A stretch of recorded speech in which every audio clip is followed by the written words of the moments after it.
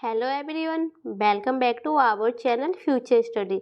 तो गाइस, इसमें semester first के स्टूडेंट है जो न्यू एडमिशन लिए, उसके सब्जेक्ट जो आपकी हिस्ट्री है, डिसिप्लिन, बीए प्रोग्राम स्टूडेंट के जो ड्यू के भी है, एस वाई रेगुलर एनसीएफ सभी कॉलेज स्टूडेंट है जो, तो आपका सब्जेक्ट हिस्ट्री है। तो इसके इंपॉर्टेंट क्वेश्चन विद आंसर आपको इस वीडियो में हम बताने जा रहे हैं और ये हमारी क्लास 4 है। इससे पहले हमने 3 क्लासेस करा चुके हैं, अभी तक नहीं देखा तो देख लीजिएगा, उसका लिंक आपको हम डिस्क्रिप्शन बॉक्स में दे देंगे।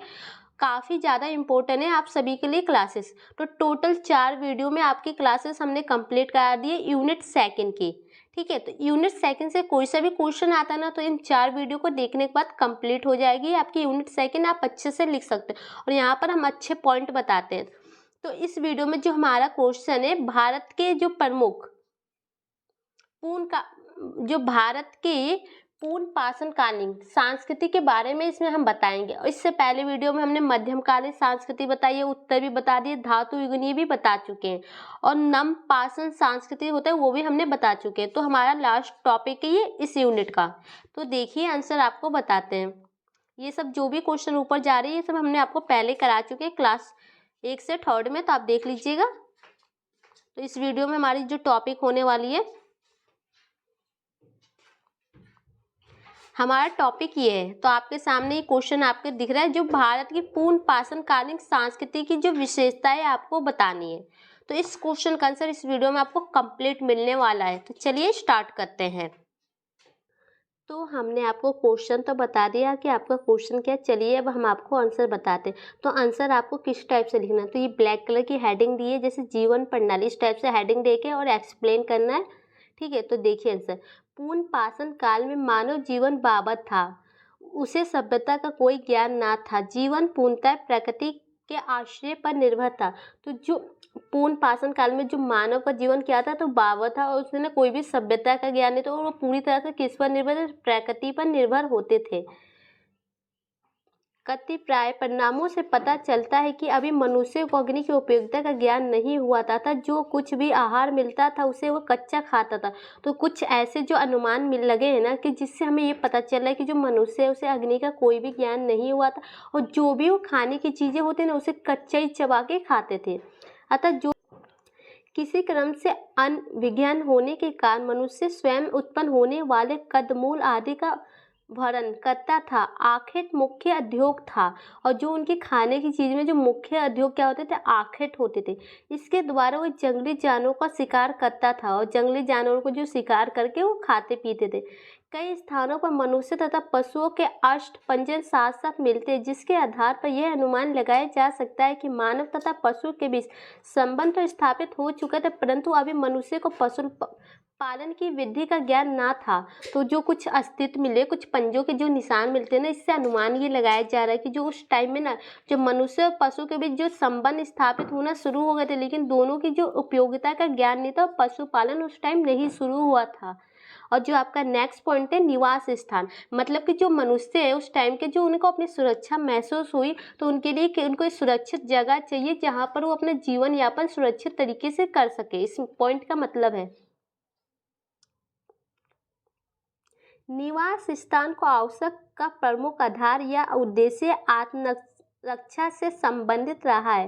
प्रकृति के आश्रय पर रहने वाले मनुष्य के लिए आत्मरक्षा का पसंद स्वयं पर ही रहा होगा। यह निश्चित है कि इस अवस्था में प्रकृति के विभिन्न प्रकोप जैसे महाशीत, जैसे भूकंप हो गए, आंधी तूफान, जो ये सब आते हैं ना, इनसे जो बचाव के लिए ना, जो इनको गर्मी ठंडी ये सब के बचाव से रहता होगा।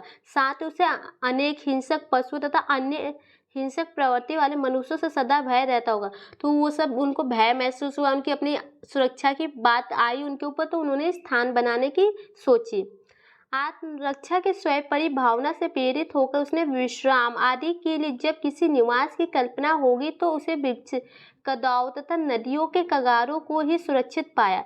तो जो उन्होंने अपने आत्मरक्षा की जो बात की उस पर विचार किए, तो उन्होंने किसको सुरक्षित पाया, तो जो नदियों के किनारे जो घर बनाने को उन्होंने सुरक्षित पाया और अपने विश्राम आराम करने की जो निवास को सोचा। तो सामग्री प्राप्त हुई और उन्होंने अलग अलग सामग्री को जुटाए। उनका प्रत्येक स्थान अधिकांश पर्वत, कदाओं तथा नदियों के कछार है और उनका जो स्थान कहाँ पर होता, तो जो नदियों के ज़्यादातर जो किनारे पर बसे होते थे। अतः हमें प्रतीक होता है कि इस काल का मनुष्य या तो घने वृक्षों पर अथवा पर्वत की कदाओं और नदियों के कछारों में रहता था। तो इससे यह अनुमान लगाया जा सकता है कि मनुष्य कहाँ रहता था, तो आपको पता चली गया नदियों के किनारे रहते थे। एंड आपका जो थर्ड पॉइंट है वस्तु भूषण, मतलब उनको जब अपने कपड़े की जरूरत महसूस है, जो आदिकाल मानव है ना, वो बिना कपड़ों को उस टाइम रहते थे और उन्हें अपने ठंड से बचाव के लिए अपने हाथों पैरों में लंबे लंबे बाल करके वो घूमते थे। बस इस काल के आदि मानव को वस्त्र भूषण का कोई ज्ञान ना था, अतः मनुष्य विशुद्ध नग्न व्यवस्था में विचरण करता था। शीत से बचाव का माध्यम उनके शरीर के लंबे बाल ही थे। कपड़े या वृक्षों की छाल की बात तो दूर, अभी तक उन्हें वृक्ष के पत्ते द्वारा अपने शरीर को ढकने की कल्पना भी उत्पन्न नहीं हुई थी।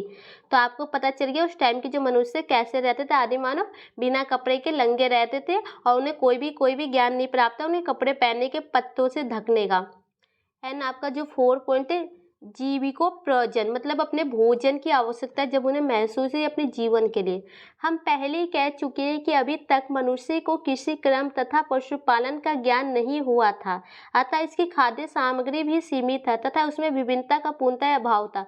तो आपको पता चलेगा कि ऊपर हमने बताया था उनको कोई भी पशुपालन का ज्ञान नहीं था, किसी का ज्ञान नहीं था, और उनकी जो खाद्य सामग्री सीमित थी। कहाँ से, तो जो पशुओं को थोड़ा मार के खाते थे।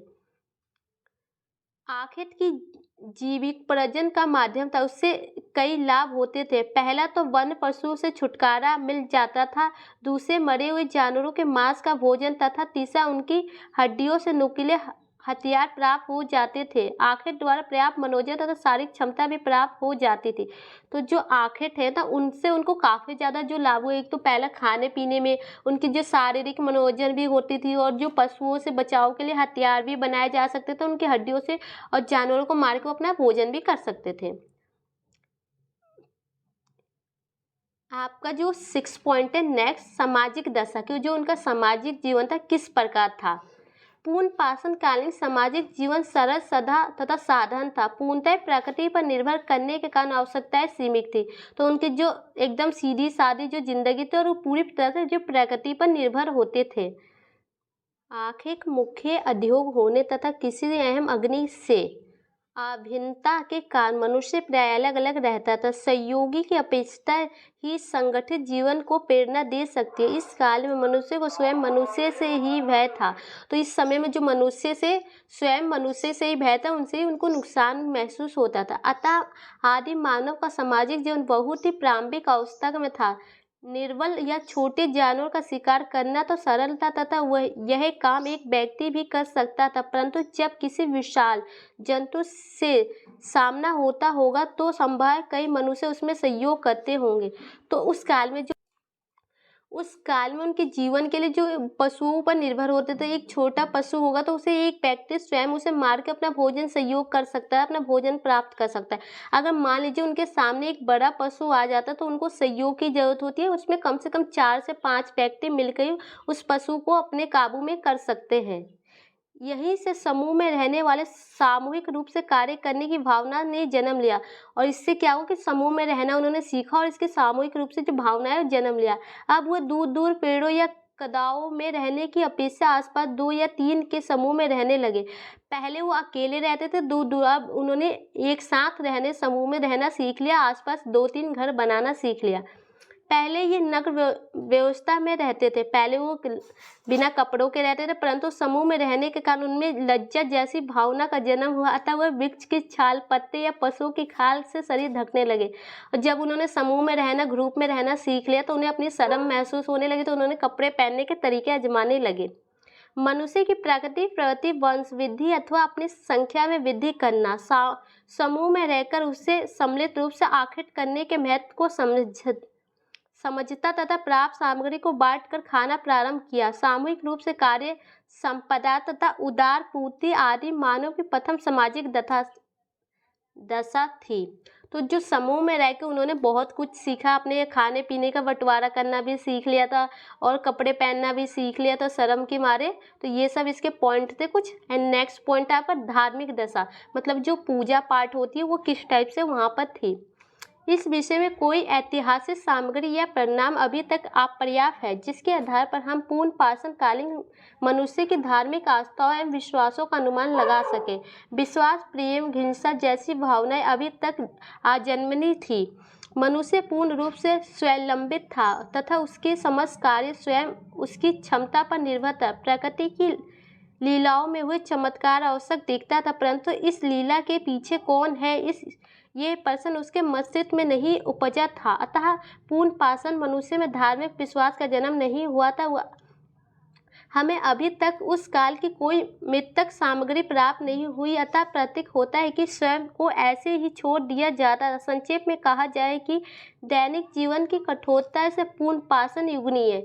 मानव को मनन तथा चिंतन का अवसर ही नहीं दिया, परंतु अनुमान के आधार पर हम इतना तो आवश्यक ही कह सकते हैं कि प्रकृति के विशाल लीला प्रमुख होने पर मनुष्य में भय का संचलन आवश्यक ही होता होगा था। प्रकृति को स्वयं परि मानकर मनुष्य मूर्ख भाव से हृदय में प्रकृति के आशाजनित सुरक्षा की याचना करता होगा। तो इस समय ना तो मनुष्य को जो धार्मिक विश्वास होते हैं उसका कोई भी ज्ञान नहीं था। जो प्रकृति में जो चमत्कार होते हैं उसको कोई भी नहीं था। अंधविश्वास नहीं था, कोई भी उनको नहीं था, लेकिन उनके अंदर एक भय होता होगा जो प्रकृति में चमत्कार होते हैं उन्हें देख के। तो यही सब इसमें बताया। उन्हें कोई भी धार्मिक विश्वास नहीं था और ना ही उन्हें जो आदमी मर जाता उन्हें जलाया जाता, ऐसे ही छोड़ दिया जाता, तो उनकी अस्थियाँ भी प्राप्त नहीं होती थी। तो यही सब बताया। तो यहाँ पर फाइनली इस क्वेश्चन का आंसर कंप्लीट हो चुका है। तो हमने जो यूनिट सेकंड है आपको 4 वीडियो के अंदर कंप्लीट करा चुके हैं। इसके बाद जो आपके नेक्स्ट यूनिट है थर्ड, वो इंपॉर्टेंट क्वेश्चन भी आंसर किया गया। चाहिए तो कमेंट बॉक्स में मैसेज कीजिए, वीडियो को शेयर कीजिए। Thank you.